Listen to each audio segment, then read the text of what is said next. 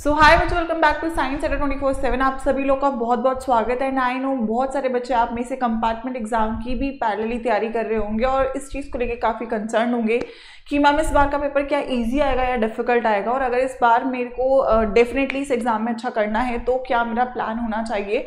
तो मैं आप लोग एक ओवरव्यू भी दे रही होंगी कि किस तरीके का आपका एग्जाम इस बार बन सकता है। ऑल्सो आप सभी लोगों का एक जनरल प्लान क्या होना चाहिए, और फिर डिटेल में पर्टिकुलरली क्योंकि आप मेरे साथ केमिस्ट्री के लिए जुड़ रहे होगे तो केमिस्ट्री के लिए क्या डिटेल्ड प्लान होना चाहिए वो मैं आप लोगों का इस वीडियो में कवर कर रही होंगी। तो मेक श्योर करिएगा कि वीडियो को लाइक कर ले, और अगर आप चैनल पे नए हैं तो मेक श्योर करिए सब्सक्राइब कर ले, क्योंकि चाहे कंपार्टमेंट हो और या अपकमिंग सेशन हो, बोथ 11-12 के लिए जो आप लोग के लिए वीडियोज हैं और जो सेशंस है वो मैं यहाँ पे साथ में कवर कर रही हूँ। ठीक है, तो देखो सबसे पहली बात, एक बात तो आपको समझना पड़ेगा कि जब तक हम उस चीज़ को नहीं समझेंगे कि हम बदलाव ला सकते हैं तब तक चेंज आना बहुत डिफिकल्ट है। और अब ये आखिरी चांस है मुझे लगता है उन बच्चों के पास जो अगर कंपार्टमेंट का पेपर दे रहे हैं कि दिस इज नाउ और नेवर बच्चों, क्योंकि आई थिंक ये एक मौका आपको और मिला है और मुझे लगता है कि अगर आप इसी पे सही तरीके से काम करोगे तो ज़रूर आप यहाँ पे बदलाव ला सकते हो। तो पहली चीज़ तो ये है कि आपको मन से ये बात ठाननी पड़ेगी कि इस बार आपको अपना बेस्ट करना है, और ये आप लोग कर सकते हो अगर आप सही प्लान के साथ काम करो।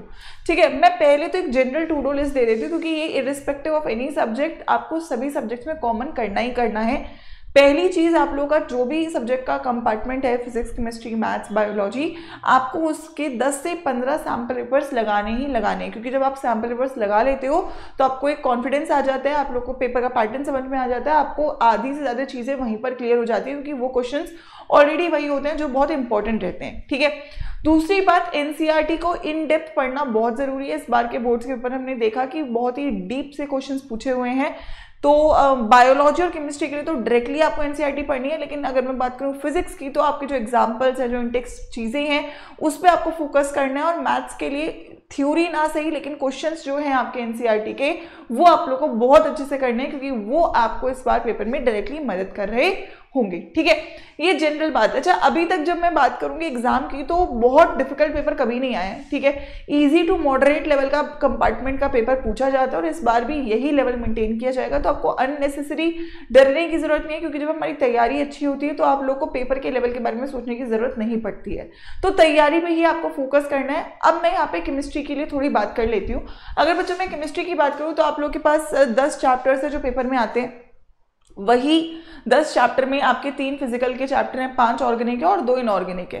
ठीक है, तो काफी हद तक आपका फिजिकल और इनऑर्गेनिक एक साथ बैलेंस आउट कर देता है ऑर्गेनिक को। आपका फोकस जरूर ऑर्गेनिक पे होना चाहिए क्योंकि वो डायरेक्ट है, वो अगर आप एक बार पढ़ लेते हो तो आपको प्रॉब्लम नहीं आएगी। ठीक है, तो पहली बात, आप लोग को तीनों सेक्शंस में कैसे पढ़ना है, मैं 3-3, 4-4 दिन का एक रोड मैप दे रही हूँ जो आप लोग को सेट करना है। फॉर एग्जाम्पल फिजिकल केमिस्ट्री की अगर मैं बात करूँ तो आपका पहला गोल होना चाहिए कि आप लोग तीनों चैप्टर के 1 पेज नोट्स बना लें, क्योंकि फॉर्मूले बेस्ड क्वेश्चन है, ग्राफ बेस्ड क्वेश्चन, तो सारे फॉर्मूलेस आपको एक जगह लिखे हुए होने चाहिए।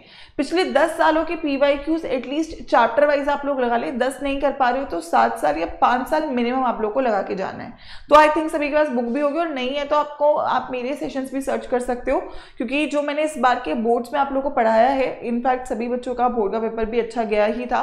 थोड़ा बहुत इस बार सीबीएसई की तरफ से हमें चीजें देखने को मिली जिससे बच्चे परेशान हुए, लेकिन आप अगर वो सेम सेशंस ही फॉलो कर लोगे इस बार भी, वो आप लोगों को डायरेक्टली इस बार के पेपर में मदद करेंगे। ठीक है, सैंपल पेपर मतलब फिजिकल में प्रैक्टिस बहुत जरूरी है, तो आप सैंपल पेपर पे जितना फोकस करोगे वो डायरेक्टली आपके फिजिकल को इंप्रूव करेगा। ऑर्गेनिक बहुत इंपॉर्टेंट है, आप इसे 7 दिन 5 से 7 दिन के बीच में टाइम दे सकते हो, अगेन डिपेंडिंग अपॉन आपका एग्जाम। तो पहली बात, अगेन यहाँ पे भी 1 पेज नोट्स बनाने हैं हर चैप्टर के, चैप्टर वाइज 1 पेज नोट्स बनाने हैं। हर फ्लो चार्ट के आपको फ्लो चार्ट कम से कम 2 बार लिखने हैं एक दिन में। जैसे अगर मैं बोलूँ आपके पास 9 फंक्शनल ग्रुप्स होते हैं तो एक दिन में आप 2 कर रहे हो, एक दिन में आप 2 कर रहे हो, ये रिपीट करते जाओ, तभी आपको रिएक्शंस याद हो पाएंगे। पिछले 10 सालों के या 7 सालों के पीवाईक्यूज करने ही करने, और एनसीईआरटी के सारे क्वेश्चंस लगा लेने हैं, क्योंकि एनसीईआरटी से आपको चीजें रिपीट होने को मिलेंगी। अब अगर आपके पास समय नहीं है तो मैं आपको जो इंपॉर्टेंट क्वेश्चन के सेशंस हैं वो मैं आप लोग को एक बार बता दूंगी जो आप लोग को कर लेने हैं। ठीक है, इनऑर्गेनिक केमिस्ट्री में पहले आपको लेक्चर देखना चाहिए और फिर आपको एनसीईआरटी रीड करनी चाहिए। अगर आपको लेक्चर नहीं पता तो आप सर्च कर सकते हो मेरे नाम से, D&F block Ayushi ma'am 1 shot, या फिर coordination compound Ayushi ma'am 1 shot, तो वहां पे आपको मेरा 1 शॉट मिल जाएगा। 1 शॉट एक बार देख लो, उसके बाद आप लोग एनसीईआरटी को एक बार रीड जरूर करोगे। फिजिकल प्रॉपर्टीज, कॉन्फ़िगरेशन, वीबीटी, इस पे फोकस करना बहुत जरूरी है। और लास्टली 10 सालों के या 7 सालों के पीवाईक्यूज यहाँ पे भी कॉमन रहेंगे। अगर मैं बोलूँ आपका पूरा फोकस किस चीज पे होना चाहिए, फिजिकल केमिस्ट्री के लिए आपको फॉर्मूला शीट पे, है ना, ग्राफ्स पे, पीवाईक्यूज पे और एनसीईआरटी के एग्जांपल्स पे। इनऑर्गेनिक में आपको इलेक्ट्रॉनिक कॉन्फ़िगरेशंस याद होनी चाहिए, डी ब्लॉक की, स्पेसिफिकली 3D की। रीजनिंग बेस्ड क्वेश्चन पक्का आते हैं यहाँ से, तो आपको रीजंस क्लियर होने चाहिए। हाइब्रिडाइजेशन और शेप से रिलेटेड क्वेश्चन पूछेगा, आइसोमेरिज्म पक्का पूछा जाता है और आईयूपीएसी कोऑर्डिनेशन कंपाउंड का पूछेगा।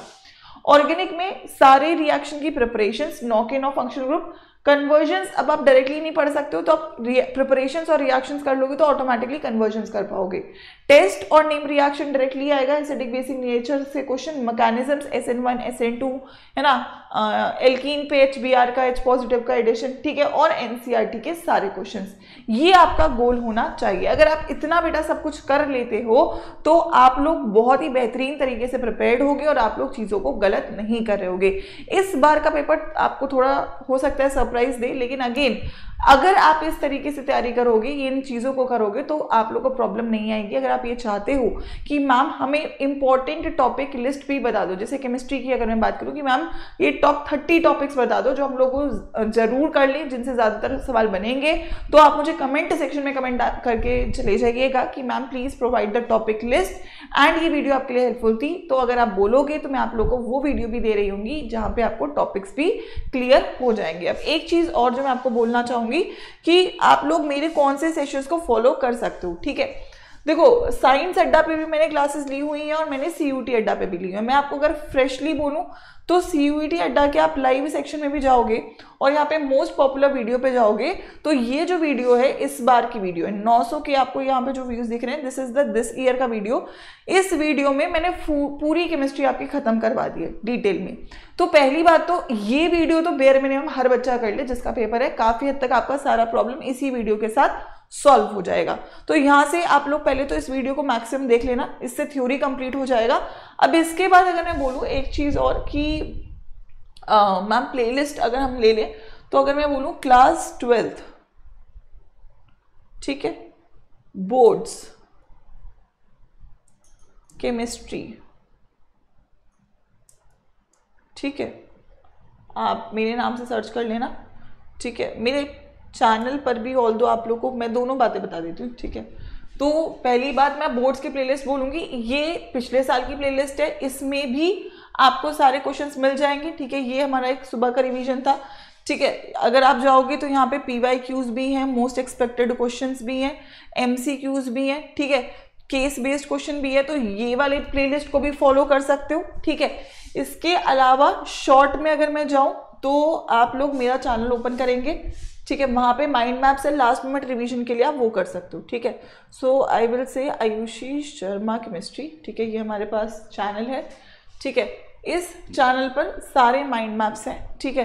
तो रैपिड रिवीजन के लिए वो कर लो, मोस्ट इंपॉर्टेंट 30 टॉपिक्स के लिए इस बार के लिए कुछ अलग से देने हैं तो मैं अलग से वीडियो भी दूंगी, बट आप ये वाले वीडियो टॉपिक भी फॉलो कर सकते हो, ये फुल सिलेबस की वीडियो है, ठीक है। उसके अलावा माइंड मैप से ऑर्गेनिक, इनऑर्गेनिक, फिजिकल की, इनसे अगेन आपका रिवीजन बहुत सॉलिडिफाई हो जाएगा।